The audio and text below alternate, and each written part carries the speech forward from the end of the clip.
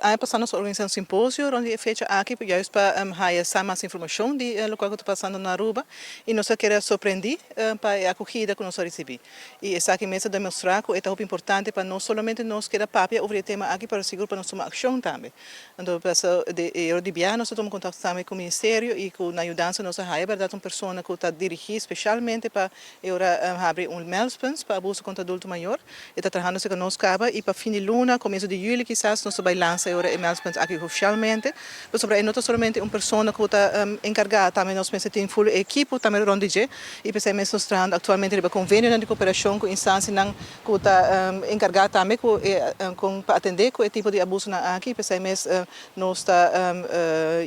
nós lo anunciar agora oficialmente agora e-mails aqui mesmo nós quer claro com o convênio não. Nós base acaba com diferentes melding e lamentavelmente mesmo visa que a maioria de melding trata de problemas de família mesmo, quando não está de acordo com outro, então agora a pessoa que é adulto maior está queda entre meio, que tem agora não está cuidado adequado, ou atenção adequada, e essa é maneira justo nós estamos junto com o Departamento de Assuntos Sociais, sobre o problema social, que causa também abuso de adulto maior. Pero sim, é uma maneira bisa para fim de luna aqui começo de julho quizás nós vai lançar agora meldpunt oficialmente,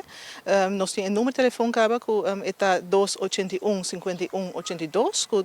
se tem uma pessoa na verdade que quer um melding, ele pode uma família, ele pode uma vizinha, ele pode qualquer gente que está reparar que verdade, ou tem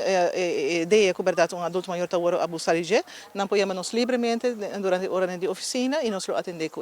melding.